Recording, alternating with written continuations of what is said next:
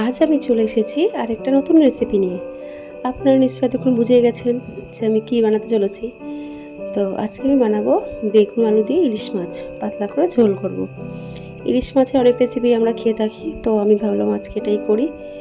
তো এটা করার জন্য প্রথমে আমি মাছগুলোকে ভালো করে ধুয়ে তারপরে নুন হলুদ মাখিয়ে এবার তেলটা গরম হয়ে গেলে তেলের উপর মাছগুলো ছেড়ে দেবো।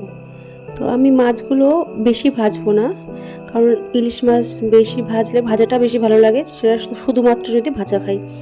আর ঝোল করলে একটু হালকা ভাজবো, না হলে মাছের টেস্ট থাকে না। তো মাছগুলো হালকা করে ভেজে নিয়ে রেখে দিলাম। এরপর আমি কড়াইতে দিয়ে দেবো একটু কালো জিরা। কালো জিরাটা একটু নেড়ে চেড়ে তার মধ্যে দিয়ে দিলাম আমি বেগুন। তো বেগুনটা হালকা নাড়াচাড়া করার পর একটু যখন লাল লাল করে ভাজা হয়ে যাবে, তার মধ্যে আমি দিয়ে দেবো আলু।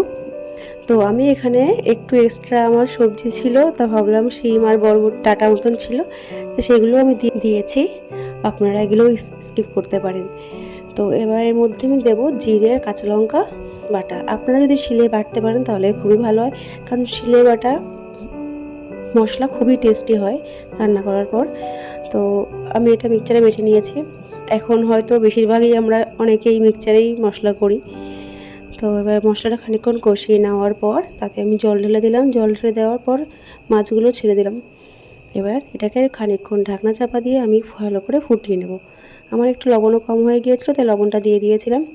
তো এই যে খানিকক্ষণ ফোটানোর পর আমার মাছের ঝোলটা তৈরি হয়ে গেছে। তো এবার আমি নামিয়ে ফেললাম।